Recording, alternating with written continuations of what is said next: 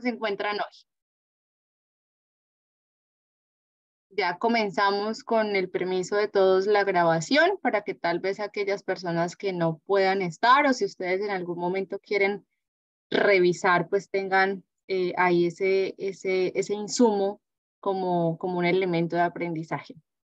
Licenciado Luis, licenciada Isis, licenciado Olivia y licenciada María, buenas noches. Muchísimas gracias por su puntualidad. Y bueno, vamos entonces a comenzar a conversar un poco acerca de lo que es la continuación del contenido teórico y de alguna manera muy humano que hemos venido desarrollando durante estos espacios de formación. Hoy, obviamente, vamos a seguir hablando de las relaciones humanas y las relaciones interpersonales, que es como ese eje central de lo que trata este módulo, pero vamos a enfocarlo hacia lo que son, valga la redundancia, los enfoques diferenciales. Una temática absolutamente necesaria en lo que es la discusión práctica de lo que vendría siendo cualquier servicio que cualquier entidad en estas alturas del partido pues debe brindar a la población, ¿cierto? Independientemente del lugar, ¿cierto? O de las estrategias que particularmente se estén desarrollando, los enfoques diferenciales se han convertido en una necesidad y en muchos casos, sobre todo pues desde los órganos estatales, de una obligación de los sistemas a la hora de implementar medidas que garanticen los enfoques diferenciales. Evidentemente, en el marco de lo que son la resolución de los conflictos, los métodos alternos de resolución de conflictos, independientemente del método particular desde el cual estemos abordando el ejercicio en específico, evidentemente se hace necesario que tengamos en cuenta qué es el enfoque diferencial y cuál vendría siendo necesario aplicar en el caso particular que estaríamos revisando, entendiendo, insisto, que pues hay una necesidad de abordarlos desde allí para dar una garantía de derecho. Entonces vamos a intentar cómo desarrollar un poco el tema, de dónde empiezan a surgir, qué son específicamente y cómo aplicarlos de manera práctica en lo que se hace, pero pues como siempre para mí es importante escucharlos. Sé que tal vez en esta ocasión no les dije con anterioridad qué tema habíamos revisado, perdón, revisaríamos, pero quiero que muy desde lo que se les ocurra y desde lo que evidentemente hayan podido revisar desde sus trabajos o desde su formación, ¿cómo observan ustedes ese tema de los enfoques diferenciales, cierto? ¿Cómo lo conciben? ¿Cuál es la concepción que ustedes en este instante tienen sobre esa noción de lo que son los enfoques diferenciales? Si los han escuchado o no, si los trabajan tal vez en el contexto donde ustedes laboran, si los perciben como algo positivo, garantista, o si por el contrario sienten que tal vez en algún momento se han convertido en una traba para ciertos sistemas, o cómo los observan. Quiero que por favor me cuenten un poco acerca de eso, de cuál es la percepción que en estos momentos ustedes tienen acerca de eso que se denomina los enfoques diferenciales. De a uno.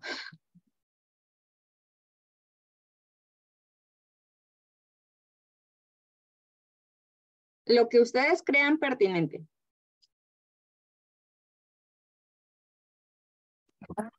Ay, maestra, a mí no se me ocurre mucho, pero quizá pudiera ser, bueno, yo lo relaciono mucho con que aquí en México, bueno, yo he estado en la parte desde los juzgadores, se utiliza mucho el enfoque diferencial en cuanto a las formas de resolver ciertos asuntos.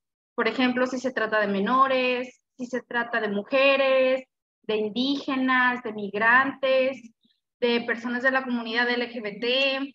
No sé si se me falta, si se me pasa alguno, pero yo lo relaciono más con eso. No sé si tenga relevancia o tenga algo que ver, pero bueno, mi mente lo asoció a eso. Esos son los enfoques diferenciales. Son aquellos que logran reconocer la diversidad, ¿cierto? Sobre todo porque desde premisas muy fundantes de lo que es el derecho, ¿cierto? Hay una claridad en cuanto a la concepción de la igualdad entre iguales, ¿cierto? Y no podemos pensarnos en una realidad en donde la garantía de los derechos sea lejana al concepto de la equidad, ¿cierto? Entonces, todos a partir de lo que somos, de dónde estamos, de en qué nos desempeñamos, tenemos necesidades distintas, expectativas distintas, ¿cierto? Fíjense que es una cosa bien particular porque de alguna manera es algo que está muy relacionado a eso que en algún momento conversábamos, que también le da origen a los conflictos, y es precisamente esa individualidad del ser. Los seres humanos somos individuos con características particulares y necesidades particulares. Y esas necesidades particulares deben ser reconocidas por el Estado y sus instituciones para que al momento de asumir estrategias, estas se brinden o se generen en atención al reconocimiento de esas diversidades, ¿sí? Entonces, tal vez cuando buscamos en Internet conceptos como la equidad y la igualdad, pues nos damos cuenta de cómo tal vez de manera gráfica es un poco más sencillo de entenderlo, ¿no? Hay una figura que a mí me gusta mucho y se trata como de un arbolito, o perdón, de una cerca que dos personas quieren cruzar y entonces la igualdad dice, pues digamos que en términos de igualdad le damos dos escaleras iguales a este par de sujetos para que crucen la cerca, ¿sí? Pero sucede que uno es más grande y uno es más pequeño, ¿no? Entonces al grande le sobra escalera, pero al pequeño le hace falta, ¿sí? Y entonces ahí es cuando entendemos que la igualdad no siempre es sinónimo de justicia social, ¿sí? Porque la equidad, ¿qué haría? Le daría a la persona más alta la escalera que necesita para poder cruzar, que tal vez es un poco más corta, y a la persona que vamos a suponer que es un niño, ¿cierto? Le daremos una escalera mucho más larga para que también logre superar esa cerca. Estamos entonces entregando insumos distintos. No son herramientas iguales, pero sí son herramientas equitativas, porque va a permitir digamos, un equilibrio en el acceso a la oportunidad, ¿sí? Y esas son premisas importantes a la hora de reconocer al individuo en todos los instantes, pero también en los momentos de resolución de conflictos, porque evidentemente no van a ser los mismos los intereses, las expectativas y sobre todo las formas de abordar y tratar a las personas si no entendemos que son distintas, ¿sí? No es lo mismo abordar un conflicto de familia entre un hombre y una mujer eh, que conforman una familia nuclear, ¿cierto? Y que respondan a unos estándares específicos, a tal vez una familia homoparental, ¿cierto? En donde tengamos una conformación familiar distinta, que bajo los paradigmas del derecho, al menos en Colombia, no sé cómo funciona en México, pero por ejemplo aquí el tema de la regulación de las familias homoparentales es absolutamente garantista. ¿Sí? Entonces debe brindarse bajo un enfoque de derechos la garantía, ¿cierto?, de un tratamiento justo, digno y equitativo bajo ese reconocimiento, ¿sí? Y existen muchos enfoques diferenciales, tantos como diferencias hay. Sí, entonces, por eso Isis nos nombraba algunas y ella misma decía conscientemente, tal vez se me quede alguno porque son tantas diferencias. A mí, por ejemplo, con el tema de lo que es la comunidad LGTBIQ+, a veces me cuesta porque, pues como son tantas formas, ¿cierto? Y ese reconocimiento de diversidades, evidentemente, pues le hace como que uno, como que todo el tiempo busque un tanto mantenerse actualizado para entender de mejor manera cómo funciona esa diversidad en esa comunidad diversa específica. Pero pues de eso fundamentalmente es de lo que queremos conversar el día de hoy. ¿Alguien quiere agregarnos algo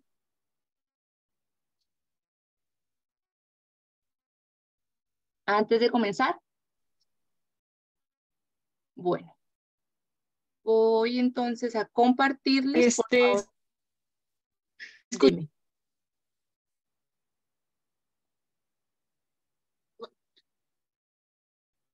dime.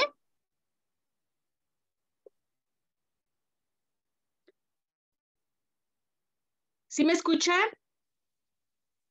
Sí, Olivia, sí te escuchamos un poco entrecortada, pero sí te escuchamos. Perfecto. Nada más para abundar, aquí en México, hace ya algunos años, pues bueno, los jueces también le daban prioridad a que las resoluciones en sus sentencias elaboraran dichas sentencias con perspectiva de género. Entonces, de alguna manera, pues era como también un enfoque diferencial el que se apoyaran los secretarios en elaborar dichas sentencias y que tomaran en cuenta el que o era mujer o si era madre soltera, no sé, o sea, con varias, con varias clasificaciones, pues. Ok, sí, muchas gracias por tu comentario. En efecto, siento yo que han sido varias las medidas y bueno, digamos que te agradezco mucho el que me comentes cómo funciona el tema en México, porque tal vez esta perspectiva de género, sobre todo hablando un poco también como de esos derechos de las mujeres, siento yo que han tomado de un tiempo para acá, ¿cierto? A partir de esa tercera ola del feminismo, pues una fuerza importante en términos políticos, ¿no? Porque al final, bueno, no sé si ustedes estén de acuerdo o no, pero para mí el tema del feminismo tiene que convertirse en un acto político. Entonces, sí han sido importantes esas formas en las que tal vez han buscado las instituciones públicas como generar algún tipo de acciones. Evidentemente falta muchísimo por trabajar, ¿cierto? eh, Hay una cantidad importante de brechas que se mantienen sumamente aperturadas y generan mucha dificultad en ese entender de equidad de género todavía en muchas naciones. Yo, como les comentaba en la clase anterior, siento yo que Colombia y México tienen algunas similitudes en sus formas de ejercer la administración pública y lo que uno observa como en la sociedad. Y creo yo que las brechas de género siguen siendo amplísimas en muchos círculos, ¿no? En el tema laboral, en el tema social, las cifras en cuanto a la violencia de género. Sin embargo, pues también siento yo que a veces hay ciertas formas de observar al feminismo que también han desdibujado un poco ahí como el interés y ahí es importante como mantener también un poco siempre la objetividad en el discurso y en las formas, ¿no? Bueno, ahí sobre el tema de la equidad y de ese enfoque diferencial de derechos de las mujeres, ese tipo de prácticas como los enfoques incluyentes, ¿no? En donde, por ejemplo, las formas en las que se establezcan las sentencias, o sea, las narrativas, ¿cierto? Los textos tienen que estar siempre ajustados al género, porque durante mucho tiempo estuvimos muy acostumbrados a que todas las narrativas, independientemente de que estuviésemos hablando de hombres y mujeres estaban formuladas netamente para los hombres. Y pues gran parte de la discusión ha estado orientada hacia ello, ¿no? Y de alguna manera, pues en algunos sectores se ha exigido esa necesidad de incluir una narrativa incluyente, entre otras formas, ¿cierto?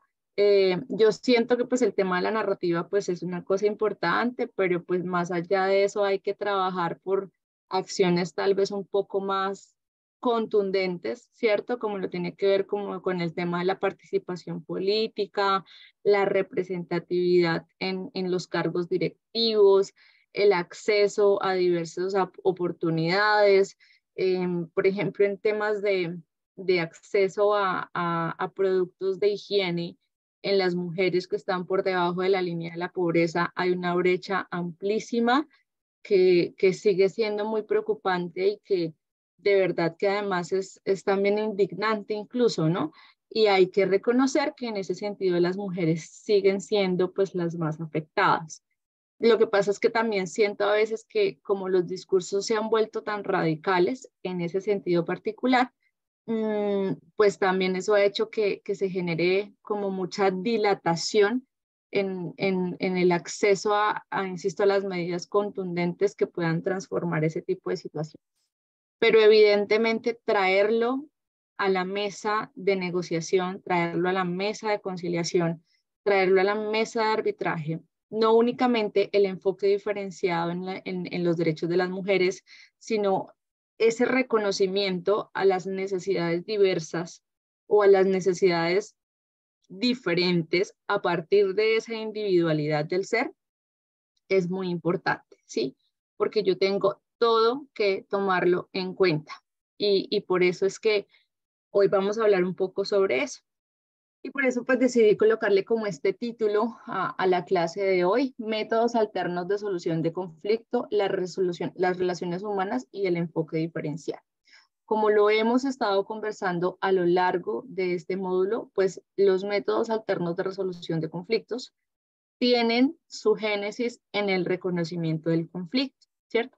Un conflicto que hemos aprendido a observar no como un hecho negativo, sino más bien como una realidad natural de lo que es la relación humana, el proceso de socialización y la interacción, ¿cierto? Que es lo que nos ayuda de alguna manera a lo largo de nuestro ciclo vital a cumplir con nuestras metas personales, ¿cierto? Entonces, en ese proceso de interacción, naturalmente pueden llegar a surgir conflictos por las diferencias que naturalmente tenemos como seres humanos. Eso desde la perspectiva de los microconflictos.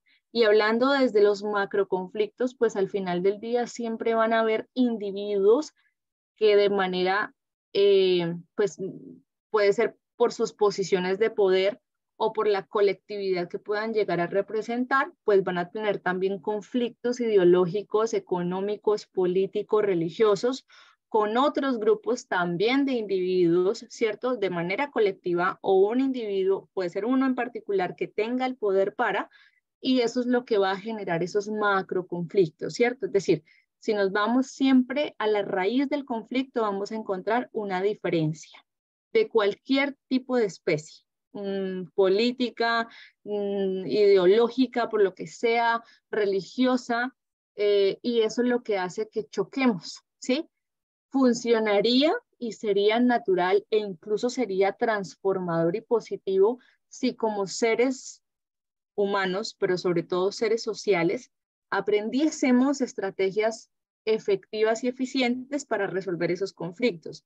Pero el problema aparece cuando somos incapaces de resolver en el momento adecuado esa diferencia y permitimos que ese choque de intereses escale, ¿no? Y es ahí donde empezamos a amplificar esa diferencia que hizo que generara el conflicto, y pues pueden llegar ahí sí a aparecer resultados de carácter negativo que incluso pudiesen llegar a exacerbar en situaciones como la violencia, que pues es lo que esencialmente busca evitar la teoría de la resolución y pues todo lo que tenga que ver con pues los enfoques pacifistas, ¿no? Y bueno, entonces en ese reconocimiento de la diferencia, que es lo que genera los conflictos, pues también tenemos que reconocer la necesidad de tomarlas en cuenta para que cuando yo las resuelva podamos entender o encontrar más bien una solución o un acuerdo eficiente. Es decir, si yo pretendo tratar todos los conflictos de la misma manera, pues probablemente la solución o el acuerdo al que yo voy a poder llegar no va a ser eficiente. Porque a pesar de que yo, por ejemplo, esté en un centro de conciliación en donde yo estoy asignada específicamente al área penal, ¿cierto? Y allá esté resolviendo específicamente lesiones personales y yo pretenda siempre proponer la misma fórmula de arreglo, pues probablemente esa fórmula de arreglo, aunque pueda consignarse en el acuerdo, porque las partes al final puedan llegar a acceder, no sea la más eficiente si yo no tomo en cuenta las necesidades individuales de quienes se sientan en mi mesa. Por eso es tan importante reconocer esa diferencia y por eso es que no podemos desligar lo que son los métodos alternos, las relaciones humanas o ese proceso de interacción y el enfoque diferencial que esencialmente busca identificar cuáles son esas características de la población para yo poder darle un tratamiento a partir del reconocimiento de esas características. ¿Sí?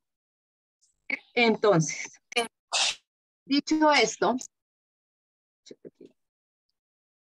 antecedentes conceptuales, es decir, desde dónde aparece este denominado enfoque diferencial, y hay que decirlo, no es un tema muy viejito, ¿cierto? No es que seamos los expertos en enfoques diferenciales.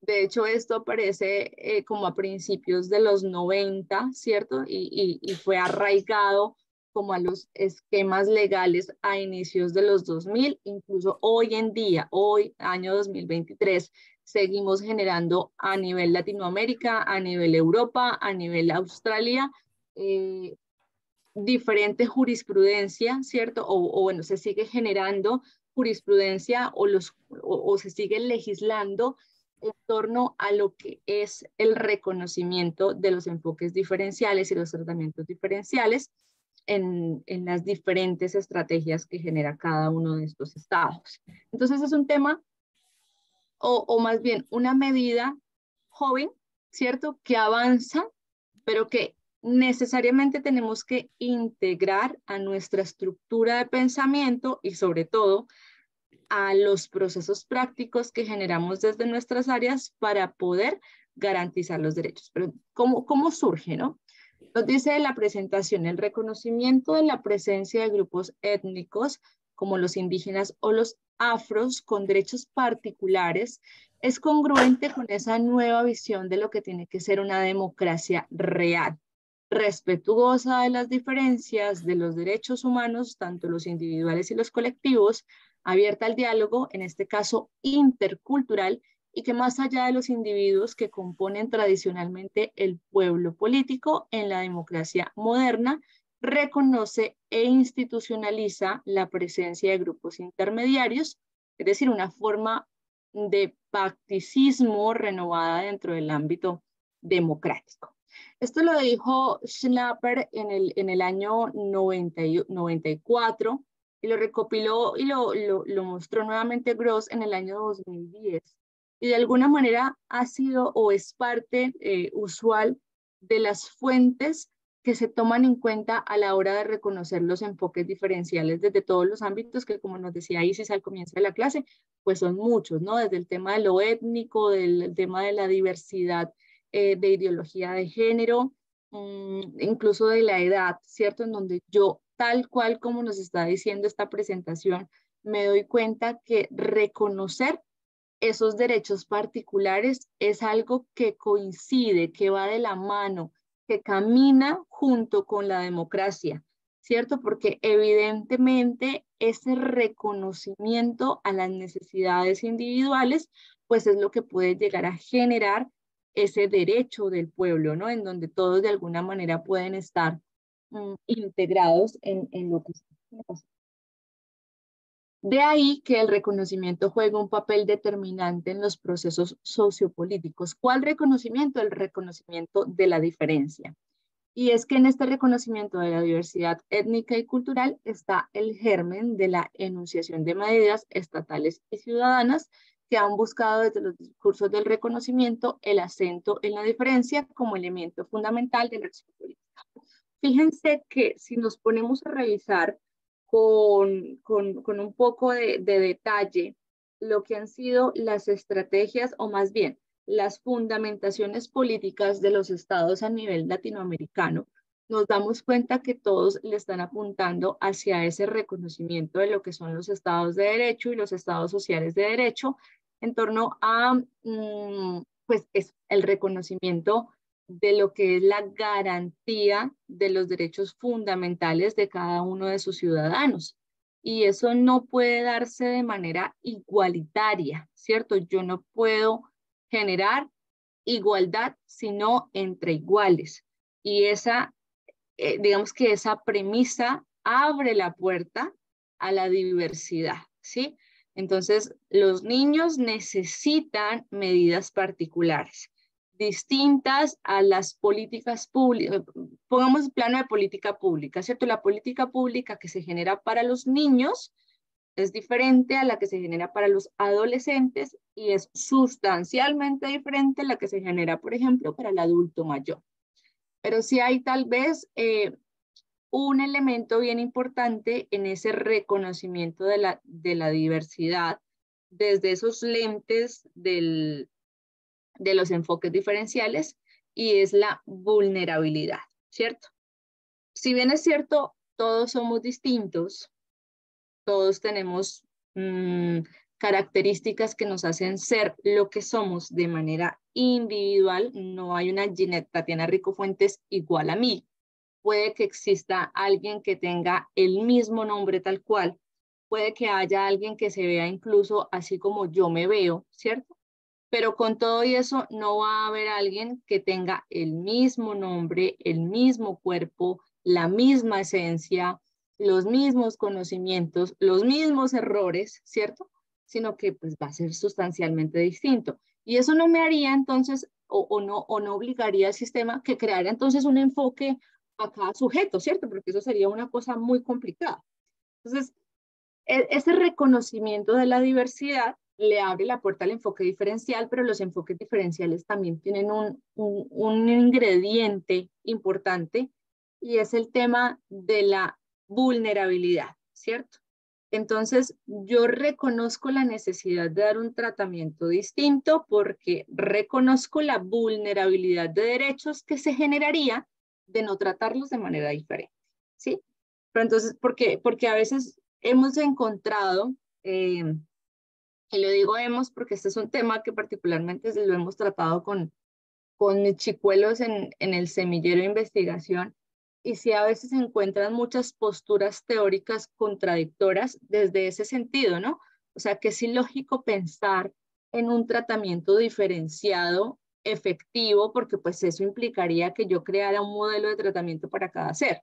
Y yo digo, bueno, o sea, tampoco, porque todo llevarlo al extremo, ¿no? Esa es una costumbre que suele generarse, pero entonces hay que entendernos que si bien es cierto estamos hablando del reconocimiento de la diferencia, esa diferencia pues está orientado es a esto que acabamos de decir, ¿cierto? A cómo valga la redundancia, ese reconocimiento de la diversidad de alguna forma es fundante, ¿cierto? En las acciones políticas que pueden, como lo dice ahí, es el germen, ¿cierto? Entonces tiene que tocarlo todo, desde lo que es el accionar política, la administración del Estado y evidentemente procesos un poco más específicos como el tema de la resolución de conflictos, en donde yo, para poder garantizarle los derechos a las partes, pues debo entender en la medida de las necesidades, pues cuáles son las diferencias que debo tomar en cuenta y si es necesario o no aplicar algún tipo de enfoque diferencial. ¿Hasta ahí vamos claros o tenemos alguna pregunta? ¿Todo bien? Ok. Justamente. Todo bien. Vale. El acento en la diferencia, tanto en la noción del enfoque diferencial como de diferenciación, indica que es fundamental el tema de la identidad social. Enfoque diferencial y diferenciación son dos cosas distintas, ¿cierto? El enfoque diferencial se trata de alguna manera como de lineamientos específicos, y la diferenciación es más bien como ese proceso que genera cada quien. Es fundamental en la identidad social, cuya definición que comparte Guillermo de la Peña al representarle como el cúmulo de las representaciones compartidas, que funciona como matriz de significados desde la cual se define y valora lo que somos y lo que no somos, el conjunto de semejanzas y diferencias que limita la construcción simbólica de un nosotros frente a ellos, ¿sí? Entonces, a mí me gusta mucho esa definición que hace Guillermo de la Peña, porque siento yo que es muy sencilla de entender, sobre todo con esa última frase en donde dice, valora lo que somos y lo que no somos, el conjunto de semejanzas y diferencias que limita la construcción simbólica de un nosotros frente a ellos. Yo no sé si a ustedes les pasa, pero a veces nosotros de manera consciente o inconsciente como que nos separamos de ciertos grupos, ¿cierto? Entonces, cuando estamos hablando, decimos, es que ellos estaban buscando tal cosa. Es que yo no entiendo qué es lo que pretenden. No, o sea, desligo, me desvinculo. Y eso es precisamente lo que de alguna manera nos permite entender cuáles son esas brechas que existen entre ellos y nosotros. Sí, entonces a mí me parece muy gracioso, no sé si allá a ustedes les suceda, pero por ejemplo aquí en Colombia, cuando uno va, tal vez no a los supermercados grandes de cadena, sino como a las bodegas, no sé allá cómo se llaman, que son tal vez como esos supermercados, pero como de barrio, ¿no? Entonces, en el pueblo donde yo nací, que se llama Pamplona, que es un pueblo muy bonito, donde hace un clima delicioso, porque hace frío, a mí me encanta el frío. Hay varias de esas bodegas y entonces allá no hay como esas máquinas de facturación electrónica, sino que literal hacen las cuentas a mano, ¿no? Eso obviamente está cambiando porque la DIAN ya nos tiene encima con el tema de las facturas electrónicas a todos, pero todavía existen esas bodegas, ¿no? En donde uno llega y le indica a quien lo atiende pues qué es lo que quiera y luego le hacen a uno la cuenta. Y a mí siempre me llamó mucho la atención que hay una marca de toallas higiénicas que se llama Nosotras, ¿sí? Entonces cuando pasaban como la lista del mercado, entonces había alguien que le indicaba a la persona que tomaba la cuenta qué productos eran, ¿no? Entonces era como 1 libra de lentejas, media docena de huevos, media caja de panelas, 2 paquetes de ellas, ¿no? Y les cambiaban el nombre porque si decían nosotras, como que su masculinidad se sentía un poco afectada. Y yo tal vez no era muy consciente de esa forma, pero hoy que estaba como leyendo nuevamente sobre el tema, me acordé de esa particularidad cuando volví a leer lo que De la Peña plantea y yo decía, caray, es que es muy cierto, ¿no? O sea, nosotros consciente o inconscientemente en esas narrativas cotidianas es donde más reconocemos esa diversidad y eso está válido, ¿sí? O sea, y no hay por qué intentar terminar con, ¿sí? O sea, que existan esas diversidades, que en las narrativas la gente pretenda mantener como la diferencia, está bien. Lo que está mal es que les demos ese sesgo, ¿no? Entonces, tal vez que se le quite valor o que no se reconozca que en esa diversidad hay precisamente necesidades y oportunidades que deberían verse de manera distinta. Entonces ahí es donde empezamos a tener como inconveniente. Pero realmente siento yo que la mejor manera de entender cuáles son esas diversidades es tal cual lo que esa frase nos indica y es entender cómo la forma o la valoración de lo que nosotros somos y lo que no. El conjunto, tal como nos lo dice, que lo va a repetir, conjunto de semejanzas y diferencias que limita la construcción simbólica de un nosotros frente a ellos, ¿no? Entonces, por ejemplo, cuando hablamos, me gusta mucho hablar, por ejemplo, del tema de la educación, ¿no? Entonces, las personas que no han tenido acceso a la educación superior y las separamos, ¿no? Entonces, porque yo estoy de este lado, que sí tuve, gracias a Dios, ¿cierto? Esa oportunidad de, pero hay otras personas que no. Entonces, en ese sentido, esas narrativas nos ayudan a entender cuáles son esas diferencias o esas diversidades que desde los aspectos comunicativos de alguna manera permitimos identificar. No sé si a ustedes allá les pasa algo similar, así como el tema de las toallas higiénicas, pero o sea, hoy que estaba recordándolo, me dio, digamos, me reí ya yo solita, pues entendiendo un poco porque a ellos les cuesta tanto, pues, como llamar a los productos por su nombre, como lo hacen con el resto de productos, porque pues mantener esa brecha les es vital, ¿no? ¿Algún comentario hasta aquí? Vamos bien. Ok, gracias, Monse. Vamos bien, maestra, gracias. Ok. Bajo este panorama surgen las políticas multiculturales, entendidas como todas aquellas medidas de reconocimiento de la diversidad, incluyendo el género, la orientación sexual, la discapacidad, la etnia, la raza, la cultura, las cuales fungen como expresiones empíricas de la diferencia. El fin de ellas es definir el marco de implementación de las medidas en función del ser de cada sujeto individual y colectivo. Entonces, hoy en día se habla precisamente de esto, de las políticas multiculturales, en donde básicamente las naciones han intentado buscar estrategias que le den un reconocimiento a eso de lo diverso, ¿sí? La diversidad es tan amplia como los seres humanos lo somos, ¿no? Porque cada uno pues va teniendo ahí como sus formas, pero vamos a tratar de revisar como esos enfoques diferenciales más importantes, sobre todo desde ese plano de lo que son las gestiones de los conflictos. Uno, pues vamos a concretar el concepto. El enfoque diferencial identifica las diversas concepciones, sentidos y lógicas de vida y pensamiento colectivo y personal que comparten las personas con el fin de potenciar acciones diferenciales que materialicen el goce efectivo de sus derechos, ¿sí? Si yo no tengo ¿cómo decirlo?, la capacidad para poder identificar esas individualidades, ¿cierto? Esas necesidades, expectativas, pretensiones específicas, ¿cierto? Independientemente, o sea, como que salgámonos por un momento de lo que es el enfoque diferencial.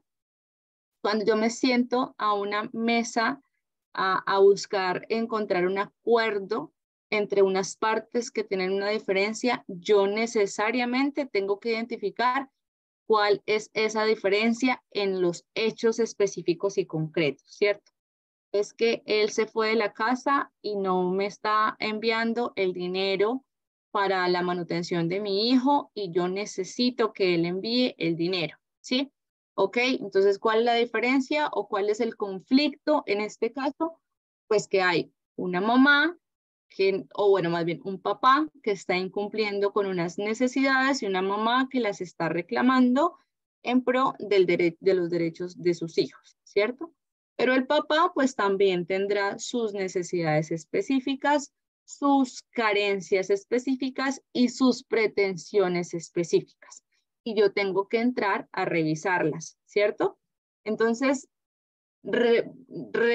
regresando a lo que es el enfoque diferencial me dice que de alguna manera yo no tengo que mirar únicamente la diferencia desde el hecho en particular, sino la diferencia desde las personas que hacen parte del conflicto, ¿sí? Llámese uno y uno, ¿sí? Que sean conflictos individuales o llámense en colectividades. Esto, por ejemplo, sucede en los grupos o en lo que tiene que ver como con temas de mediación laboral, cuando, por ejemplo, hay que hacer una negociación sindical, ¿no? Entonces, evidentemente, allí habrán que tomarse en cuenta las necesidades particulares. Miren, por ejemplo, el tema del reconocimiento del derecho a la hora de lactancia, ¿sí? Eso es enfoque diferencial. ¿Yo le voy a dar una hora de lactancia a los hombres? Pues no. ¿Le voy a dar una hora de lactancia a las mujeres que no son mamás? Pues tampoco, ¿cierto? Es una necesidad que viene de una población específica y es necesaria, sí. ¿Por qué? No únicamente por el tema de la garantía, ¿no? Sino del vínculo que eso genera. Entonces, hoy en día, por ejemplo, desde los sindicatos, y eso es cosa que está pasando aquí en Colombia, ya se cumplió con el derecho de la hora de lactancia. Ahora los sindicatos están trabajando por exigir que las instituciones, las empresas, bueno, los lugares donde trabajen, creen salas de lactancia, ¿cierto? Porque, joder, listo, sí, tengo una hora, pero yo vivo a una hora de mi casa, ¿sí? Y entonces yo, ¿cómo hago? ¿Sí? O, por ejemplo, a mí me puede entrar al niño, pero entonces a mí me tocaba darle, o como me traían al niño, porque yo vivo muy lejos, o a la niña, entonces a mí me tocaba darle en el parqueadero, en el carro, en el baño, en un espacio donde no están las condiciones que realmente requieren ese momento que más allá del momento en donde se alimenta el bebé, pues se genera un vínculo o se afianza un vínculo maternal, ¿cierto? Un vínculo entre la mamá y su bebé que evidentemente requieren un espacio particular. Entonces, eso es enfoque diferencial y eso, por ejemplo, deben tenerlo en cuenta quienes se sientan a negociar con ese sindicato que lo exige. Sí, ok, listo, está bien. Entonces, ¿qué tipo de recursos van a usarse? ¿Cómo? ¿Cuáles son las características? Y evidentemente eso no hubiese sucedido si no se hubiese tomado en cuenta ese reconocimiento de la diversidad, ¿sí? Desde este enfoque se define a la diversidad como el punto de partida para la implementación de las políticas públicas. La política pública busca básicamente minimizar esas brechas, ¿sí? La política pública lo que busca es esa justicia social y eso está muy ligado al tema de la equidad y no podemos hablar de equidad sin reconocimiento de diversidades, ¿sí? Por lo que les decía hace un rato, la equidad va a buscar brindarles herramientas, ¿cierto? De acuerdo a las necesidades para obtener como resultado una igualdad de oportunidades. Es decir, de alguna manera, la igualdad aparece como consecuencia de las herramientas pensadas desde la equidad, ¿sí? Pero eso es algo que nos ha costado muchísimo comprender, porque a veces siento yo que pareciésemos en términos administrativos como los niños necios, ¿no? Entonces, yo fui una niña necia cuando mi hermana cumplía años, yo siempre quería que a mí también me compraran ropa para estrenar. Como así que mi hermana iba a comprar ropa nueva o le compraban ropa nueva y pues a mí no, ¿sí? Y mis papás siempre de alguna manera, pues en la medida de lo posible, porque yo no nací precisamente en una familia con muchos recursos económicos, entonces en la medida de lo posible, pues trataban siempre como de comprarme algo ahí como para compensarme, pero pues caray, al final yo de alguna manera debía entender que si era el cumpleaños de mi hermana, pues era para ella la celebración, ¿no? Y pues, si hubiese plata, pues bien, pero si no, pues no hubiese pasado nada, pero nos cuesta mucho entender eso, ¿no? Que hay un momento para los unos y un momento para los otros, unos derechos para los unos y unos derechos para los otros, entonces todo lo queremos todo. Y al final, bueno, termina siendo un berrinche porque pues termina todo quedándose en manos de quienes ya tienen mucho, ¿no? Pero esa política social, ese concepto de equidad y de justicia social, sí debe buscar eso, ¿sí? Darles herramientas diferentes a todos los ciudadanos de acuerdo a sus diferencias y necesidades para que podamos encontrar ahí sí una igualdad de oportunidades. ¿Sí? El enfoque diferencial permite comprender y visibilizar las dinámicas de discriminación y de exclusión social en la ciudad, de tal forma que desde ahí se establezcan acciones para la transformación desde la equidad y el desarrollo humano. Miren que, por ejemplo, el reconocimiento de la diversidad en los entornos educativos ha sido muy complicado para lo que tenga que ver con discapacidades físicas, ¿sí?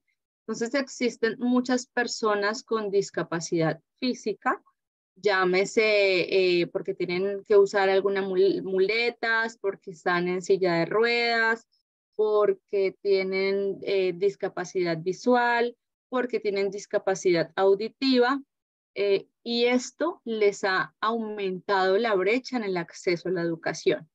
Esos procesos que hoy en día se denominan procesos de inclusión social, ¿cierto? De inclusión educativa, perdón, pues buscan precisamente eliminar esas barreras, ¿sí?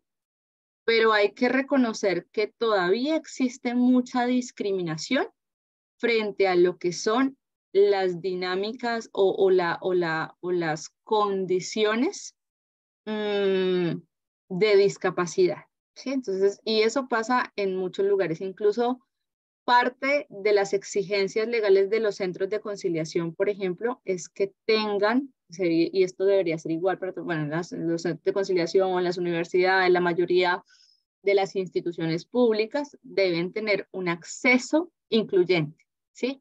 Entonces, que si hay escaleras, también haya rampas.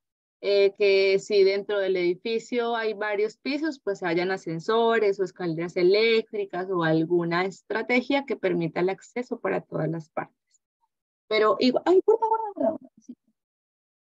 ¿Qué le pasó? Perdón. Mi gata está pidiendo atención. Cálmese, niña, aruñó. Miren el aruñón que me hizo.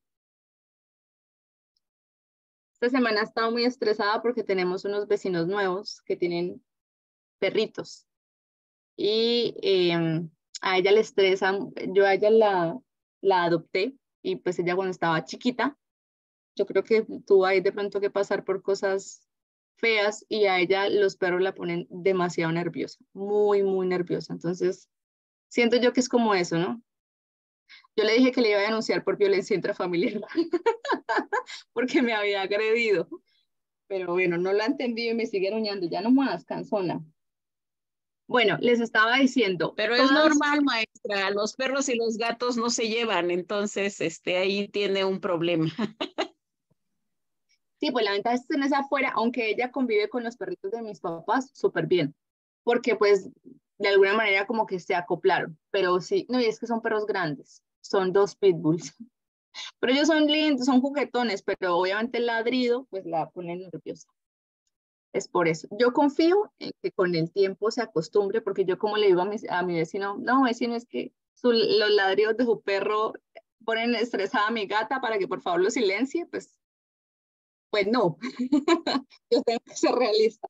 Yo trataba ahí es como de tenerle paciencia y de hacerle entender a ella que sigue estando en un lugar seguro, a pesar de que los escuche de vez en cuando, a ver si ahí de a poquito se le baja el estrés y la neura que ha cargado estos días, porque pobrecita. Pero bueno, continúo, cierro el paréntesis. Les decía que la gran mayoría de las instituciones han tenido que crear este tipo de medidas para tener como unas opciones más incluyentes. Sin embargo, por ejemplo, y nos pasó en el Centro de Conciliación de la Universidad hace algunos meses, que tuvimos un acuerdo, o bueno, nos llegó un caso en donde teníamos que hacer un acuerdo de conciliación y había una persona con limitación auditiva, ¿sí? Y el Centro de Conciliación no tiene una persona que hable pues lengua de señas, ¿no? Entonces, y pues al menos en Colombia la gran mayoría realmente no los tiene. Entonces sí, estamos trabajando por la inclusión en ese sentido, pero pues obviamente los recursos que se necesitan para hacer una inclusión como completa, por así decirlo, son muchos porque bueno, insistimos, ¿no? Con el tema, siento yo que las discapacidades físicas pues son demandantes, ¿no? Y son demandantes para el sistema. Y eso es una cosa que es bien importante traerlo siempre a colación. Las barreras nunca son de las personas. Las barreras siempre son del sistema, ¿cierto? Siempre son de los otros. O sea, el problema no es que la persona no tenga movilidad. El problema es que no exista cómo garantizarle la movilidad en el espacio. El problema no es que la persona no escuche, el problema es que yo no tenga las herramientas para que él comprenda lo que yo le voy a decir. Las barreras son del entorno, no son de las personas. Y en la medida en la que los estados, los sistemas y los individuos entendamos eso, el proceso funciona mejor. Yo no sé si, por ejemplo, alguno de ustedes tal vez eh, ha dado clases o le gustaría en algún momento dar clases, pero eso también es un reto, ¿no? Vuelvo al tema de la inclusión educativa. Aquí en Colombia existen políticas de inclusión educativa tal vez un poco más claras para lo que son los colegios y educación básica, secundaria y media, pero en términos de educación superior, pues hay diferencias, ¿sí? Porque pues obviamente cambia el tema de la inclusión. Pero pues representa para uno un reto gigantón, ¿no? Yo, por ejemplo, tuve un estudiante con limitación visual completa, ¿sí? Era completamente ciego y pues la universidad sí nos dio como algunas herramientas, pero al final del día era uno con uno, viendo cómo resolvía, cómo inventaba y cómo creaba, pero yo creo que ese entender era fundamental, ¿no? O sea, el problema no es que él sea ciego, el problema es que yo no sea capaz de brindarle las estrategias, ¿sí?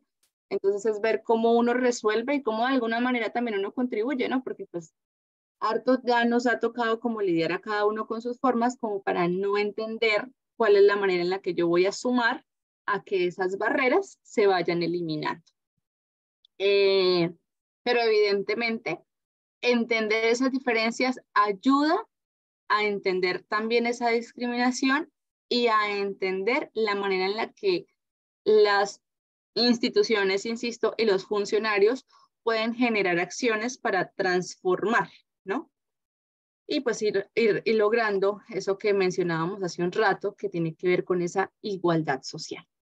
Este enfoque es la respuesta a un principio de justicia y equidad, como les he mencionado, frente a las diferencias que deben ser examinadas. Reconoce la existencia de grupos poblacionales que por sus condiciones y características étnicas, transcurrir vital, género, orientaciones sexuales e identidad de género, discapacidad o por ser víctimas del conflicto armado, son más vulnerables y requieren un abordaje ajustado a sus necesidades y particularidades para disminuir situaciones de inequidad que dificultan el goce efectivo de sus derechos fundamentales, buscando lograr la equidad en el derecho a la diferencia.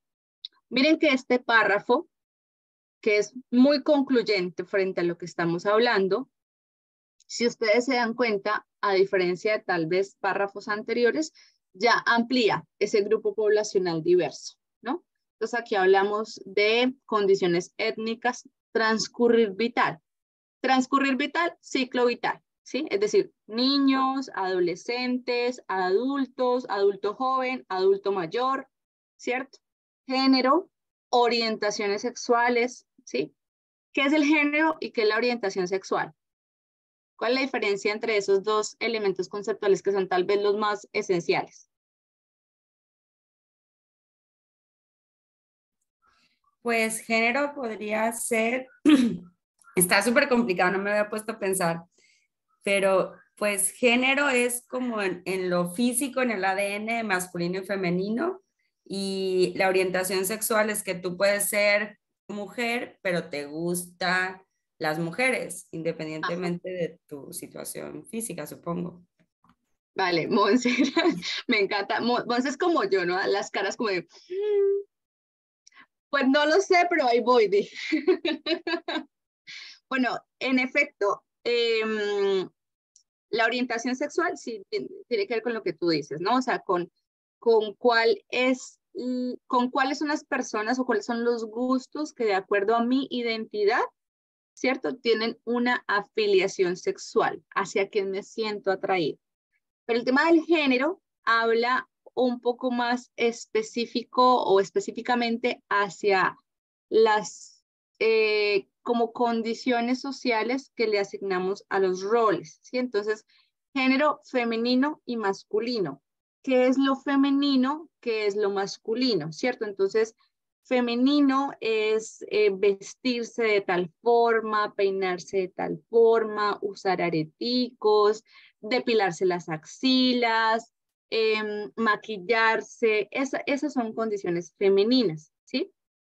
Propias como a la ideología del género, ¿sí? Entonces, el género tiene que ver más como con esa connotación social, esas asignaciones sociales que se le dan a los roles de género. Cuando hablamos de sexo, sí hablamos específicamente de hombre-mujer, ¿sí? Y específicamente hablamos de una condición biológica, ¿sí? Nosotros nacemos con un sexo, ¿sí? Nacemos con vagina o nacemos con un pene que nos hace ser hombres o mujeres. Pero podemos nacer mujeres, ¿cierto? Nacimos con una vagina y somos cisgénero, se llama eso. Si una persona cisgénero, entonces yo nací siendo mujer y yo me identifico con el género femenino, ¿cierto? O sea, a mí me gusta ser mujer, a mí me gusta vestirme de tal forma, me gusta arreglarme, me gusta peinarme, digamos que me siento identificada con esas condiciones sociales que se le han asignado al género femenino. Y además de eso, me siento atraída por los hombres, ¿cierto? Entonces, yo soy una mujer cisgénero heterosexual, ¿sí? Entonces, nací con un sexo que es el mismo con el que me identifico en mi género y me siento atraída por el género opuesto, ¿sí? Por el sexo opuesto, perdón. Por el sexo opuesto. Me siento atraída por los hombres. Entonces, el sexo tiene que ver con esa característica biológica, ¿cierto? Con la que nacemos. El género tiene que ver con las condiciones sociales asignadas a esos roles femeninos y masculinos. Y las orientaciones sexuales tienen que ver específicamente por aquellos con quienes yo me siento atraídos. ¿Sí? Entonces ahí encontramos esas condiciones de, por eso aparece el término de transgénero y transexual, ¿sí? Entonces, ¿cuál es la diferencia entre una persona transgénero y una persona transexual?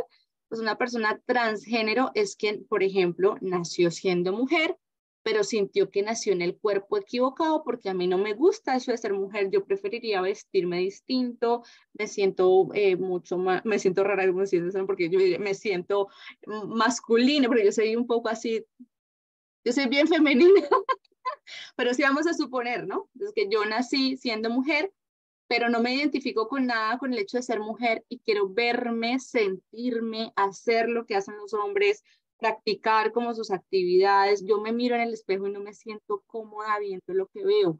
Yo siento que nací en el cuerpo equivocado, que de hecho es la narrativa de las personas transgénero, ¿cierto? Entonces ellos deciden empezar a utilizar otro estilo de ropa, a frecuentar sitios mucho más masculinos, tener actividades mucho más masculinos, deportes mucho más masculinos que afiancen ese género diferente. Entonces hacen como esa transición hacia el género. Las personas transexuales son quienes logran pues hacer esa transición y se someten a una transición de sexo, ¿cierto? Hoy en día la ciencia les ha permitido a esas personas que inicialmente pues fueron transgéneros, ¿cierto? Que lograron identificar que no se sentían cómodos con su cuerpo, pues que transiten, ¿no? Para que logren de alguna manera pues sentirse mucho más tranquilos con el cuerpo que observan frente al espejo, ¿no? Porque pues al final del día muchos podemos tal vez cambiarnos de ropa, pero pues es como ese encuentro frente al espejo, que yo creo que es un proceso bien complejo. Yo de alguna manera le decía un día a mi mamá que yo sentía que tenía mucha suerte de haber nacido en el cuerpo que era, ¿no? Porque sí siento que eh, los procesos que tienen que afrontar las personas homosexuales, ¿cierto? O quienes tienen dificultades con la aceptación de su género son muy complejos, ¿sí? Y tal vez socialmente hay mucha presión hacia ello. Si bien es cierto, yo soy una fiel defensora de la garantía de los derechos para todos, ¿cierto? Y si bien es cierto, todos deberían expresarse con libertad, pues también esa libertad de expresión tiene una limitación en lo que son mis derechos y mis garantías, pero sí me parece muy complicado que haya gente que tenga que pensar que está mal, pues sentir como sienten, ¿no? Y pensar como sienten a la manera en la que lo sienten, ¿sí? O sea, que terminen suicidándose, por ejemplo, por esa presión social de sentir que nacieron pues sintiendo distinto y que por eso nadie los va a querer, nadie los va a aceptar y su familia los va a rechazar y bueno, todo lo demás, como que es bien complicado.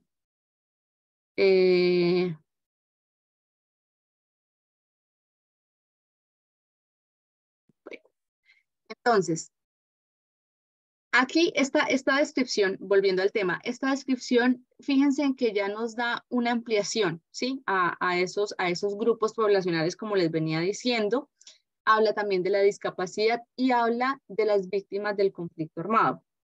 Y aquí retoma un concepto que les mencionaba hace un rato, que es muy importante de tomar en cuenta a la hora de hablar de lo que es el enfoque diferencial y es el reconocimiento de la vulnerabilidad, ¿sí?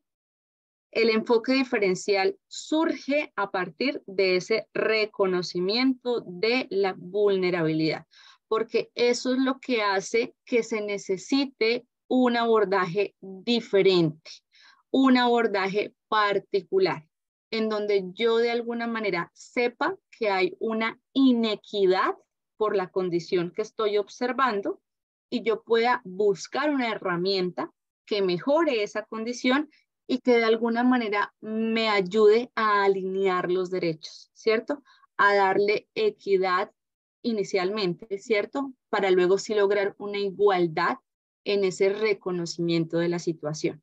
Entonces, no es únicamente entender que son distintos, sino que en ese reconocimiento de la diferencia yo observo una vulnerabilidad y por eso el sistema se ajusta para atender particularmente a ese sector poblacional y darle garantías específicas, especiales, tratamientos particulares para poder buscar la equidad en los derechos que se pretenden garantizar. ¿Me hago entender? Sí, Ok. maestra. Teniendo en cuenta esto, evidentemente el papel de los estados es el de aplicar el enfoque diferencial en la gestión pública de la ciudad, reconociendo los conocimientos y capacidades de las diversas poblaciones, garantizando la igualdad en la garantía de sus derechos, la no discriminación, la equidad en el acceso y el desarrollo de las respuestas diferenciadas. Es una concepción genérica, ¿cierto? En donde de alguna manera nos está diciendo cómo necesariamente toda la estructura estatal tiene que buscar la garantía de esos reconocimientos de las vulnerabilidades a partir de las diferencias para poder ejercer acciones que garanticen los derechos, ¿sí? Porque como insisto, como la mayoría de los estados estamos fundados bajo ese criterio de estados sociales de derecho, ¿cierto? O estados de derecho, pues necesariamente yo debo buscar esa garantía. Vamos entonces ahora sí a comenzar a hablar de los enfoques particulares como los más comunes que podemos llegar a observar desde nuestros trabajos. El primero es el enfoque diferencial para las niñas, los niños y los adolescentes víctimas, por ejemplo. Y entonces aquí encontramos los niños, niñas y adolescentes víctimas son todos los menores de 18 años y los jóvenes víctimas son las personas entre los 14 y los 28 años de edad. Digamos que estas son medidas que pueden llegar a cambiar de unos estados a otros, pero en la gran mayoría de Latinoamérica la mayoría de edad se cumple hasta los 18 años, ¿cierto? Y esa connotación de personas jóvenes se entiende hasta los 28, desde los 14 hasta los 28.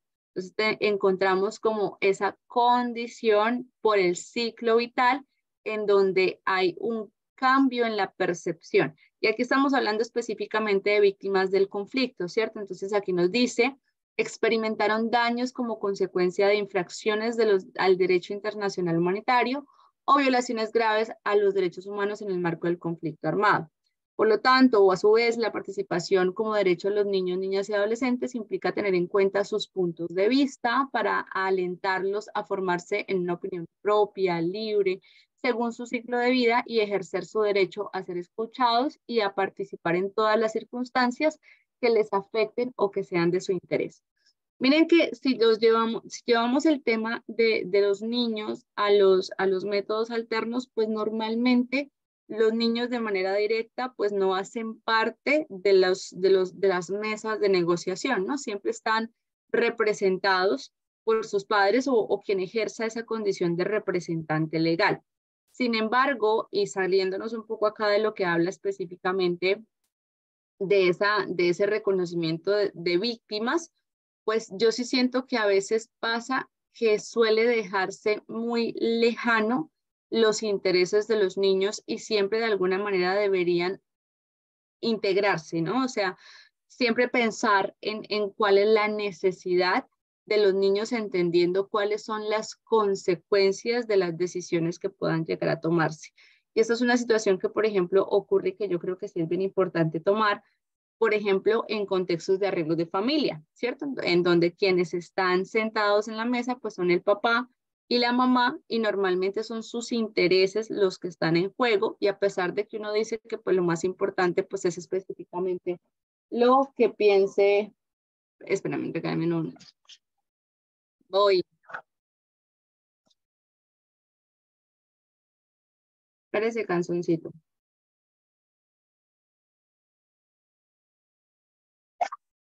voy.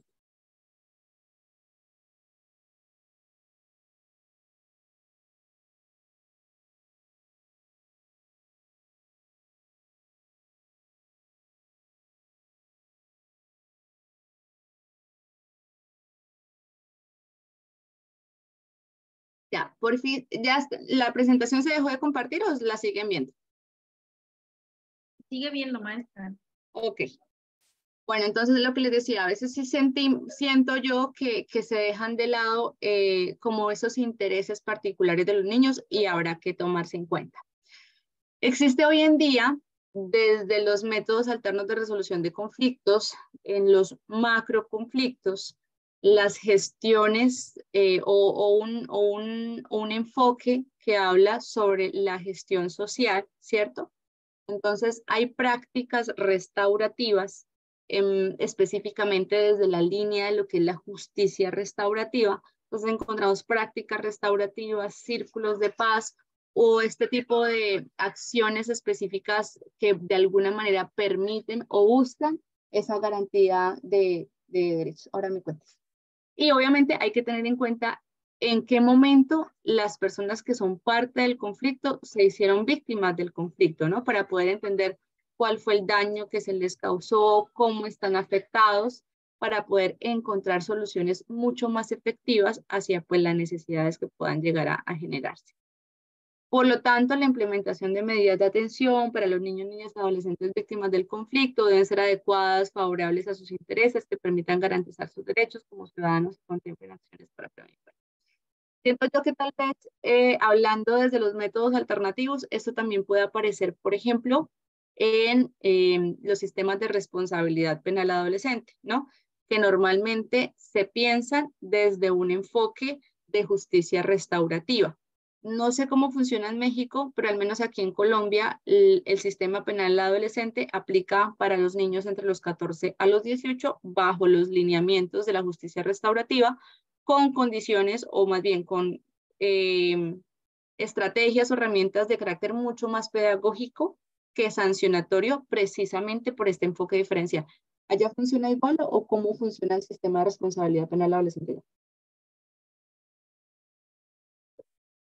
¿De las mismas edades? Yo tengo entendido, bueno, yo no estoy en el área penal y así, pero sí son los de los 13 a los 17 y sí es una cuestión restaurativa, siempre tratando este enfoque de, como tú lo mencionaste, o sea, pedagógico y esas cuestiones. Según yo, así como lo estudié en su tiempo, supongo que así sigue siendo, pero no sé en el área penal. Okay, Maestra, no, ahorita en el área adolescente, bueno, se manejan como grupos etarios.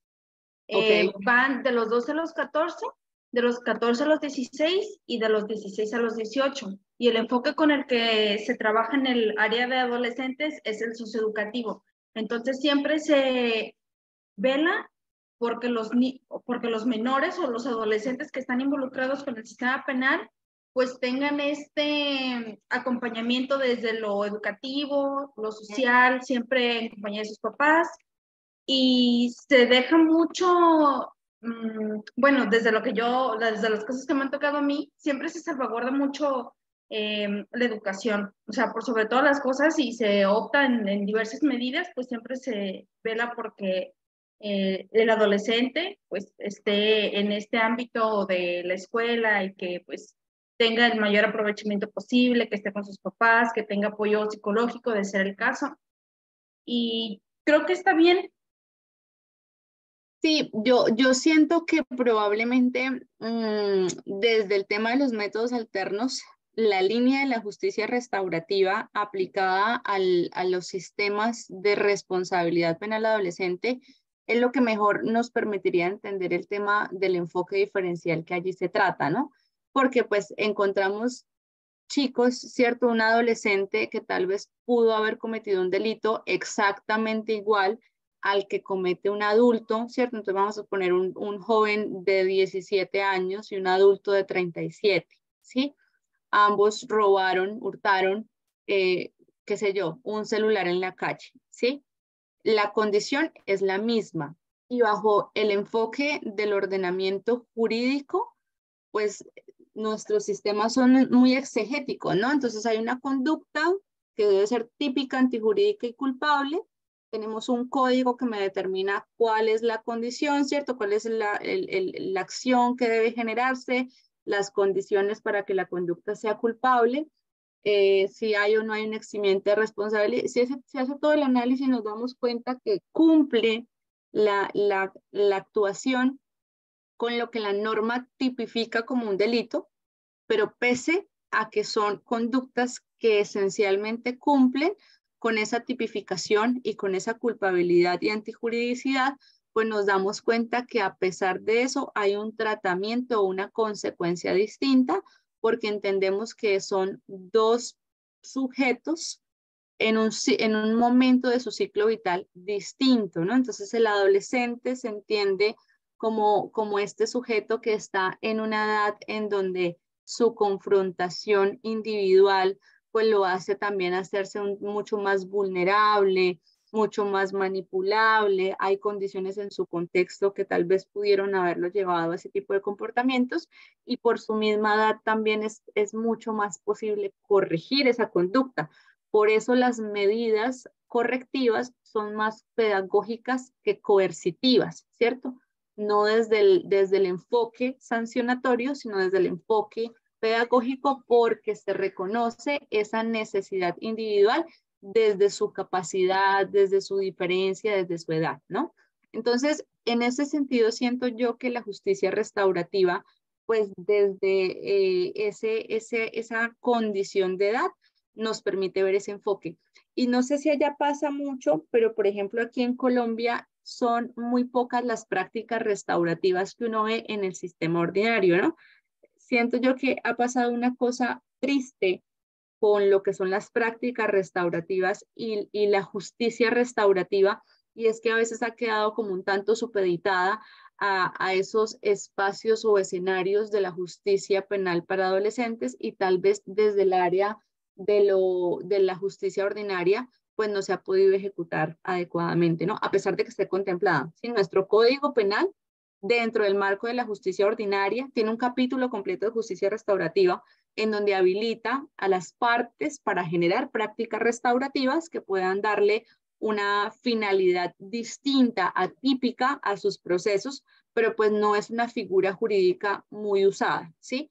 Siento que tal vez cada vez que conversamos de justicia restaurativa en Colombia, es un símil con el sistema de penal de responsabilidad adolescente y como que lo dejamos ahí en ese escenario.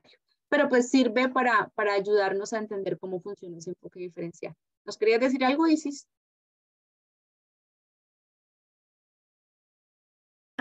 Pues sí, maestro, o sea, como usted lo dice, también aquí en México se ve mucho eso. De todos los casos que me ha tocado ver, yo creo que un 5% es algún método alterno o alguna salida alterna, procedimiento abreviado. La verdad, pues no, casi no se usa. Y de entre los adultos y adolescentes se ve más en los adolescentes, efectivamente, que en el sistema para adultos. Sí. De hecho, ahorita está como muy en tendencia el procedimiento abreviado en adolescentes, que aquí hay juzgadores que lo aplican, hay juzgadores que no.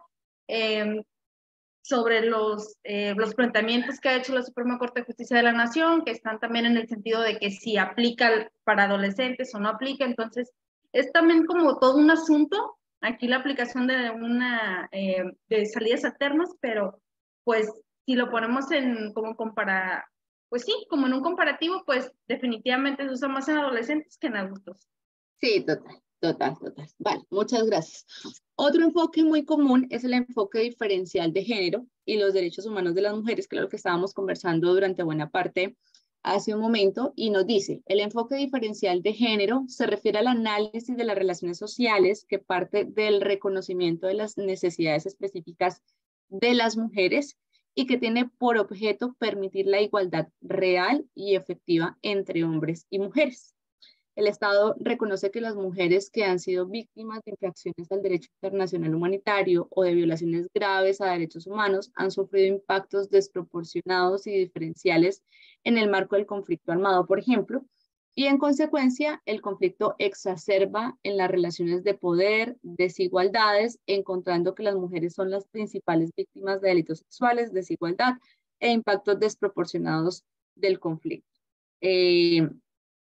Bueno, eso hablándolo como en ese contexto de los macroconflictos, ¿no? Que es donde más suele verse pues esta figura incluso aquí en Colombia hay un texto que se denomina así, ¿no? La mujer como arma de guerra en el conflicto armado interno en Colombia.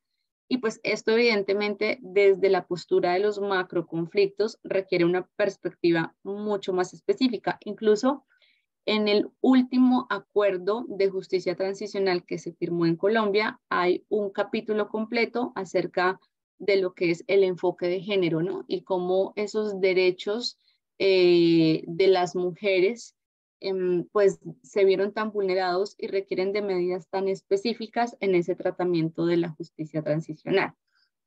Eso, insisto, desde los macroconflictos. Si nos vamos a los microconflictos, encontramos realidades como las que conversábamos hace un rato, ¿sí? Siento yo que, por ejemplo, en el contexto laboral, tal vez es donde más enfoque de género puede llegar a requerirse.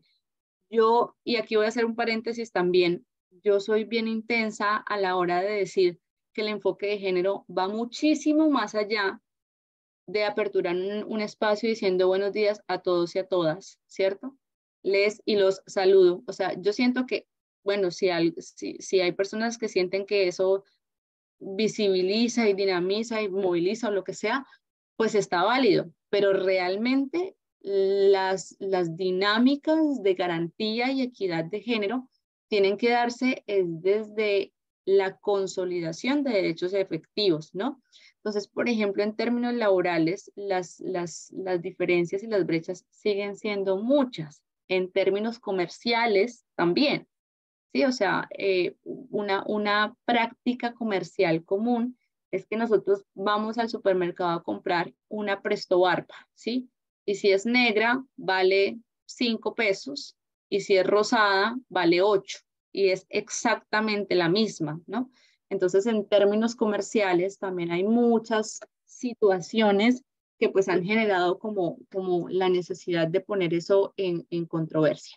Y hablando desde los métodos alternos, pues insisto que los sindicatos han abierto mucho la puerta a esas discusiones en donde las necesidades propias de las mujeres, por el hecho de ser mujeres, pues se requerirían, ¿no?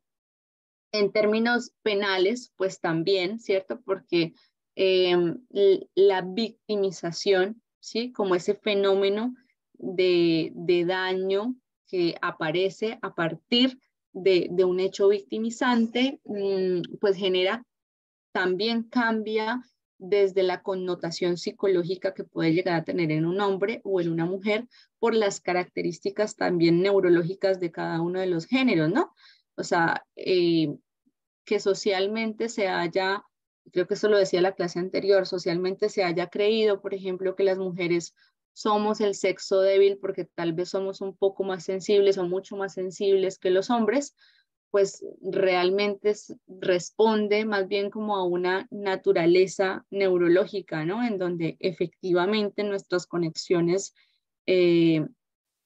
sensitivas son mucho mayores a las que tienen los hombres, así como pues también hay que reconocer que pues las conexiones neuronales de los hombres en características motrices, ¿cierto? Sobre todo lo que tenga que ver con la motricidad gruesa, pues son mucho mayores, por eso ellos tienen unas facilidades particulares en algo y nosotras en otras cosas. Pero miren, y esto fue un tema que discutimos hace algún tiempo con mi novio, por ejemplo, en el contexto del deporte, ¿no? Y yo no sé si ustedes vieron una controversia que se generó incluso en Twitter, no sé si allá fue tendencia, pero aquí sí, por el hecho de que una mujer transgénero entró a competir en la Liga de Natación Femenina y eso obviamente hizo, de hecho creo que fueron varias, como 3 mujeres transgénero que entraron a competir en la Liga de Natación Femenina y dejaron por fuera a una buena cantidad de mujeres que llevaban mucho tiempo trabajando, entrenando y compitiendo para lograr los lugares en su condición, ¿no?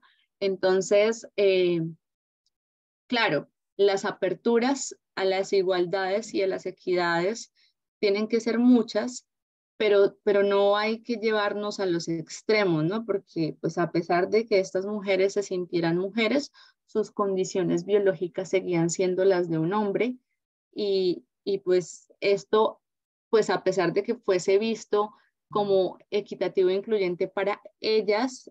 Miren aquí, mi diferencia entre ellas y nosotras, ¿cierto? Para estas Ella. chicas representó, para ellas también, ¿cierto? Las nadadoras mujeres representó una desigualdad, ¿sí? Porque no se sentían en las mismas condiciones. Dinos, Monse.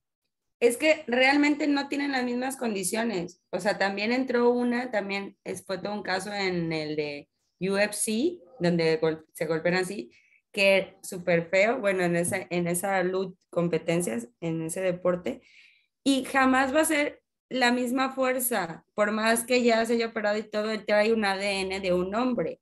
Entonces, a mí en esos puntos, sí, no, o sea, mucha gente está de acuerdo y otra en desacuerdo, pero deberían de hacer unas olimpiadas de transgéneros. O Sí, sea, iguales con estoy de acuerdo iguales, ¿no? contigo. O sea, de Sí. iguales con iguales, porque luego también se puede ver bien gandalla decir, ay, él nunca pudo ser top en hombres y entonces ahora me hago trans y ya soy el top en mujeres porque pues ahora sí puedo ganar, que puede ser de las dos formas. Y también hay cosas como bien raras, bueno, cosas que también se pueden malinterpretar de un caso de un hombre adulto en Estados Unidos que él decía que quería entrar al kinder porque él se sentía un niño, pero hasta se fue a juicio, ya ves con esto de que ahora me siento planta y soy una planta o soy no sé qué. O sea, que él quería estar en un kinder y que lo tenían que aceptar en la escuela y si no era así, le estaban violando su derecho porque él era así, pero luego a lo mejor tú no sabes que es un pedófilo que quiere estar con niños nada más, ¿sabes? O sea, hay muchísimas cuestiones por atrás o de trasfondo que tú no sabes la magnitud. Y en los deportes hay un capítulo de South Park que está una luchadora así de pesas y estás muy feminista y todo, así la ponen y ¿estás de acuerdo con que va a entrar esta luchadora que transgénero? Sí, claro que sí, todos tenemos el derecho y no sé qué, y ya la conoces, no, no la conozco, pero cuando la conozca no creo que vaya a haber ningún problema. Y se la presentan y llega y es un hombre así literal, todo gordísimo, y pues voltea y dice, no, pues eso no es justo. O sea, Claro. son muchas cosas Y, así. y esa clave, o digamos que esa palabra es lo que hace que cambie la visión, ¿no? Es que no es justo. Sí, ok, es incluyente, pero no es justo. Sí, porque las condiciones son distintas.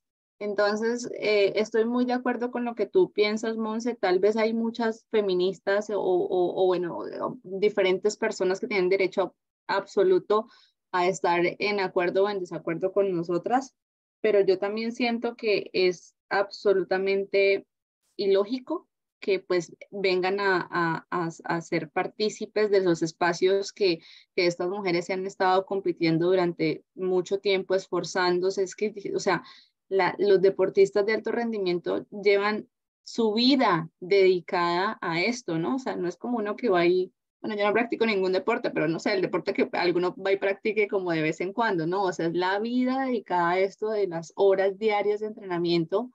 Y siento yo que bajo esa perspectiva de igualdad entre iguales, lo lógico es que entonces se generen espacios competitivos de deporte, pues para las comunidades que han transitado en sus géneros, pero que pues de alguna manera siguen biológicamente teniendo las condiciones de su sexo natural y eso les da unas condiciones físicas pues diferentes a los demás que las ponen en una desigualdad a la hora de competir, ¿no? Entonces, eso es el enfoque de derechos de las mujeres, ¿sí? Es cuando yo reconozco que esas condiciones, que hay que decirlo, a muchos hombres no les gusta, ¿cierto? Pero históricamente se han sentido, nos hemos sentido discriminadas, violentadas y en una desigualdad en esa relación de poder, que es lo que dice acá. Y eso hace que necesariamente las medidas de atención pues sean abiertas, ¿no? Entonces, por ejemplo, el tema de la edad de pensión, ¿sí? Entonces, las edades de pensión normalmente han sido distintas por las responsabilidades que a lo largo de la historia naturalmente se le asignaron a la mujer. Fueron tan naturalizadas esas asignaciones de trabajo, de trabajo adicional a la mujer que incluso pues la legislación de la mayoría de los países aceptaron pues esos años de pensión antes de, precisamente por el desgaste que generaba la maternidad, el cuidado del hogar, el cuidado de los niños, que durante una muy buena parte de la historia estuvo bajo la responsabilidad casi que exclusiva de la mujer, y eso permitió que el acceso a la pensión fuese un poco anticipada que la de los hombres. Y pues a pesar de que esas brechas de género se busquen ir eliminando, por ejemplo, pues está científicamente comprobado que biológicamente la mujer tiene un desgaste importante en su físico cuando es mamá, ¿sí? O sea, hay una pérdida importante de línea de vida, por así decirlo, ¿cierto? Cuando se elige ser mamá, ¿sí? Entonces, esas realidades son las que deben tomarse en cuenta a la hora de establecer atención diferenciada, pues buscando, insisto, minimizar, ¿no? Cerrar esas brechas de género, 1, y 2, voy a leer acá. En este sentido, la atención diferencial busca disminuir las brechas de género, reconociendo y propiciando el acceso y goce efectivo de sus derechos, así como la identificación y atención a las afectaciones específicas que se derivan de hechos victimizantes asociados al género y a la desigualdad de poder. Miren que siguen siendo miles de mujeres las que durante mucho tiempo no pudieron acceder a educación superior, ¿cierto? Porque tuvieron que quedarse en casa cuidando a sus hijos, ¿sí? De la generación anterior. Y siguen siendo de estas nuevas generaciones mujeres que no pueden acceder a la educación superior y por lo tanto no, pues muchas, o digamos que la mayoría, por esa misma razón, no pueden luego tener una independencia económica, ¿cierto? Por estar asumiendo labores propias de la maternidad o del cuidado del hogar. Y eso, pues obviamente habrá que ponerlo en una mesa de discusión para que pueda de alguna manera establecerse acciones específicas que permitan cambiar. El enfoque diferencial desde la orientación sexual o la identidad de género no hegemónica, se ha podido constatar que la vulneración a los derechos sufridas por las personas con orientaciones sexuales e identidades de género no hegemónicas, es decir, las naturales, bueno, el conflicto armado se organizan en 3 grandes nodos que se configuran así, ¿cierto? Esto aplica igual como para todos los contextos. La discriminación sistémica del entorno, ¿cierto? O sea, lo que conversábamos hace un rato, hay una... como una presión social natural, ¿cierto? Que hace que los individuos que tengan alguna orientación sexual o identidad de género diversa, pues se sientan discriminados por todos los entornos. Hoy en día pues hay muchas prácticas, ¿sí? Tantas que pasa lo que pues hace un momento discutíamos con Monse, que pues ya incluso están rayando en la vulneración a los derechos de otros sectores poblacionales, y entonces es ahí donde hay que empezar también a colocarle un límite a esas condiciones, ¿no? La normatización y el aniquilamiento en el marco del conflicto armado, ¿cierto? Que hace referencia a cómo la discriminación acumulada se suma en las violencias en el marco del conflicto, no necesariamente armado, ¿cierto? Podemos hablar, por ejemplo, de la delincuencia común y cómo estas personas con tendencias sexuales o de género distintas, pues han sido parte o han sido blancos más bien de esa necesidad de corregir esa conducta por la delincuencia común, ¿sí? Entonces, esa es otra condición que hay que tener en cuenta. La violencia institucional, que se refiere a la inacción, las barreras o acción con daño por parte de servidoras y servidores para con las personas con orientaciones sexuales e identidad de género no hegemónica. Es decir, identidad de género u orientación sexual no hegemónica es cuando nos salimos de la línea, ¿cierto? Entonces lo que les decía, yo nací mujer, soy cisgénero y soy heterosexual. Es decir, mi condición, mi orientación sexual y mi identidad de género es hegemónica. ¿Sí? Estoy como en ese marco. Pero si tal vez yo pensara en alguno de esos órdenes de forma distinta, entonces me desajusto a ese molde y ahí es cuando empiezo a sufrir de esas condiciones de discriminación, que sobre todo en este último apartado es donde es importante reflexionar en el entender del ejercicio que se hace desde nuestro rol como servidores y pues ocasionalmente del rol que podemos generar como mediadores o conciliadores para cualquier tipo de conflicto en donde trabajemos con este tipo de población.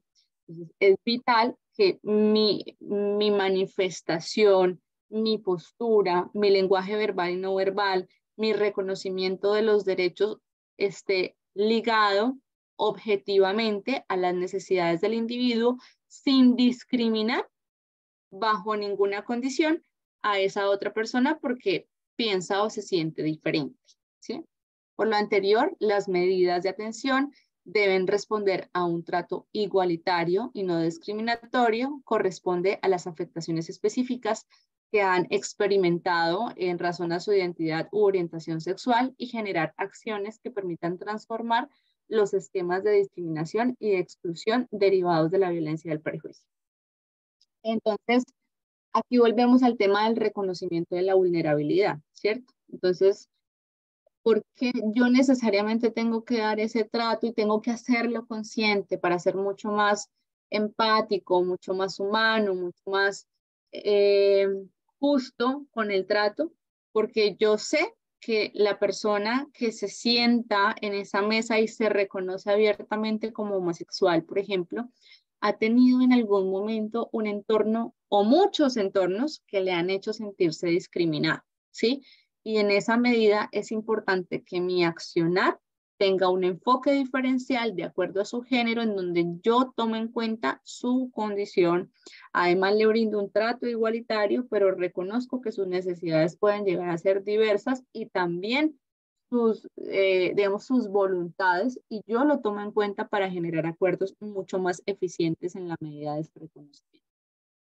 Encontré un documento muy chévere, y bueno, ahorita se los voy a compartir, entonces por eso voy a pasar este cuadro, en donde hay como unas preguntas orientadoras, ¿no? O unas, sí, como unos cuestionamientos que siento yo nos ayudarían, son un insumo bien importante para poder entender qué puedo hacer yo, ¿cierto? O qué podemos hacer nosotros desde el quehacer para poder como minimizar esa situación.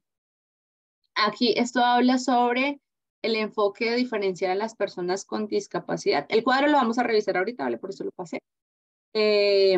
Y bueno, entonces aquí también hay barreras, ¿cierto? En términos de la discapacidad que dificultan el ejercicio efectivo de sus derechos. Barreras que pueden ser actitudinales, comunicativas y físicas, ¿sí? Actitudinales, de acuerdo como a todo el orden de las psicopatologías y de carácter sistémico, ¿sí? Que impiden pues una interacción adecuada. Comunicativas, ¿cierto? Una dificultad o una limitación para comunicarme, o física, ¿sí? Entonces, lo que les decía, entonces, pónganse en el plano de una persona con autismo, una persona que sea sorda y una persona que esté en silla de ruedas, ¿cierto? Obviamente a cada una debemos darle un reconocimiento en torno a esa necesidad para poder generar una atención en torno a ese reconocimiento. Leo, el enfoque diferencial para las víctimas con discapacidad se concreta en las medidas de atención, asistencia y reparación diferenciadas para estas personas, sin importar el tipo de discapacidad.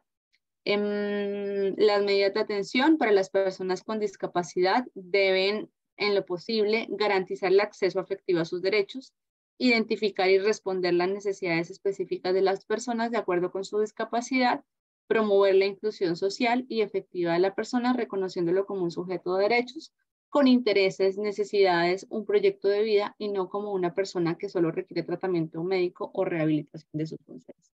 Miren que hace algunos meses estuve como en un espacio era como un círculo reflexivo con unos compañeros de la universidad, en donde estuvimos hablando un poco acerca de este tema de la discapacidad.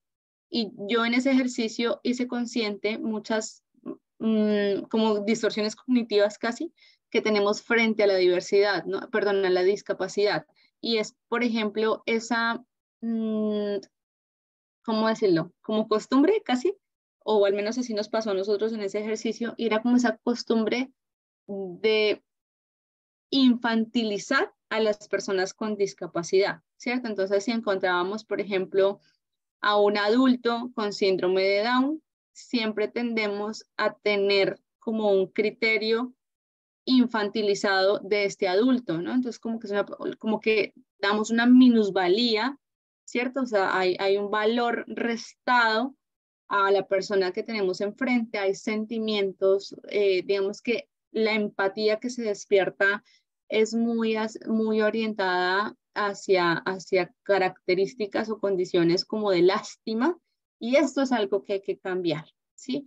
El enfoque diferencial reconoce que tienen características particulares que deben ser entendidas, pero yo no puedo desdibujar en ningún momento que estoy ante una persona que de acuerdo a su edad tiene unas características particulares y que yo debo brindarle una atención en ese reconocimiento también. Es decir, si bien es cierto, deben esforzarse los sistemas por brindarle como las características de, pues hay que dejar de lado sin deshumanizar, obviamente, ¿cierto? Siempre con esa empatía, una escucha activa, un trato digno, pero también, y vuelvo y les digo, yo creo que ese día fue que logré hacerlo como consciente, dejar de infantilizar o de reconocer en términos casi, vuelvo y les digo, como rayando en que pobrecito, él se ve como tierno, ¿cierto? Entonces como que lo reducimos o los reducimos de una manera no indicada, porque al final eso también es discriminación, ¿no? Porque estamos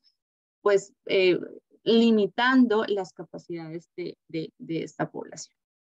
Voy a compartirles el documento del que les hablaba hace un momentito, que me gustó mucho como plantea estas preguntas. Yo les voy a enviar, hoy les voy a enviar la presentación y les voy a enviar también este documento porque me parece que vale mucho la pena que lo puedan hojear.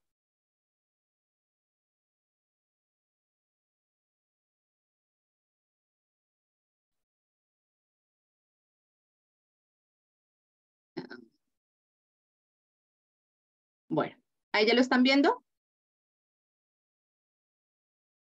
Sí. Sí, Ok. ya está en pantalla.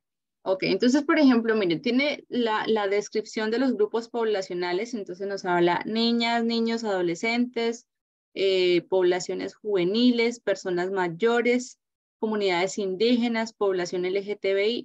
Bueno, por ejemplo, vamos a pararnos aquí en pueblos y comunidades, perdón, pueblos, comunidades y personas indígenas. Entonces, aquí nos habla grupo poblacional, efectos de la categoría de desigualdad y efectos de la categoría de desigualdad específica. ¿Sí? Entonces va pasando como de lo más a lo menos.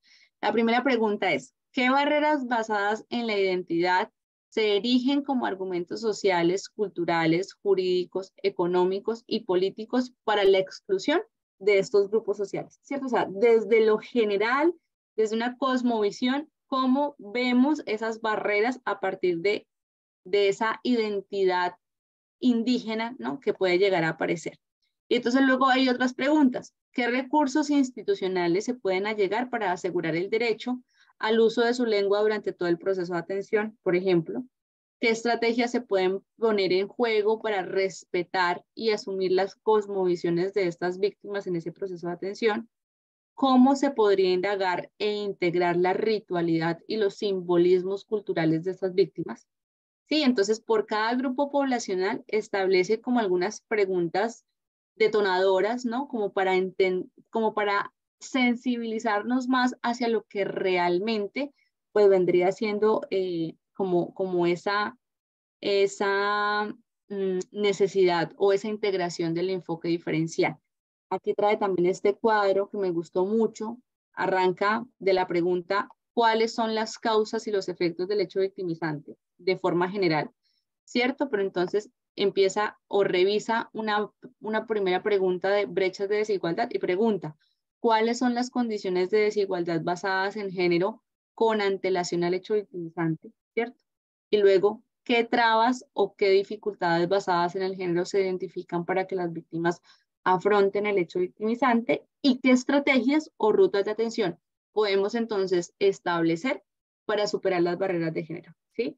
Y me gusta que lo formule en términos de preguntas porque al final del día, yo les voy a compartir este documento, vale mucho la pena que nos demos cuenta de qué es la estrategia de vida, ¿no? Porque vuelvo y les digo, yo no puedo pretender que un enfoque diferencial sea hermético, ¿sí? O sea, el enfoque diferencial debe necesariamente ser dinámico porque tiene que adaptarse a las condiciones particulares. Se pueden compartir muchas categorías, ¿cierto? Pero evidentemente siempre se encontrará de alguna forma como una condición particular que pueda llegar a generar como esa condición. Listo, chicos. Bueno, eso era el tema que les quería compartir el día de hoy. No sé si hasta aquí hay alguna pregunta. ¿Todo en orden? Chicos, quería comentarles algo. Es posible que la próxima semana no nos podamos encontrar el día jueves porque tengo pues una situación particular. No sé si ustedes puedan reunirse conmigo el día lunes o martes. Ustedes me dicen a qué hora. Supongo yo que todos por el trabajo les queda más fácil como en la noche, pero no sé si ustedes pues podrían, obviamente ya no nos veríamos el jueves, sino trabajaríamos o lunes o martes. No sé si es posible. Maestra, pues podría ser el lunes porque el martes también tenemos clase de 7-9, igual como en su horario, con Ok. diversa maestra. Pero Sí. el lunes podrían, el lunes no tienen clase. No, el lunes no tenemos No, clase. el lunes no tenemos. Lunes está bien. Ok, Sí, maestra, yo también entonces, puedo. Maestra, el bye. lunes está bien.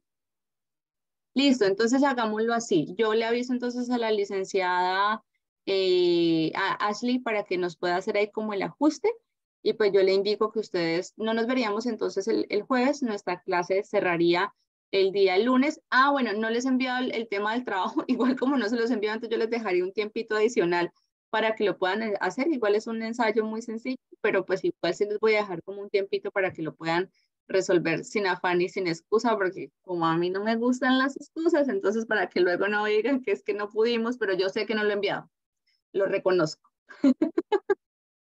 lo reconozco. Le voy a enviar una cosa sencilla para que ustedes puedan revisar más adelantico, pero entonces Dios mediante, nos vemos el día lunes. Lunes, confirmemos acá, 16. lunes 17. 17. 7. Lunes 17 de julio a la misma hora, ¿cierto? ¿Sí? Sí. Listo. Chicos, muchísimas gracias por la comprensión y la colaboración. Los dejo entonces para que descansen y nos vemos, si Dios lo permite, el lunes para nuestra última clase del módulo. ¿Listo? Cualquier cosa yo les voy contando. Buenas noches. Gracias, maestra. Vale, que Buenas estén bien. noches. Bye. Chao.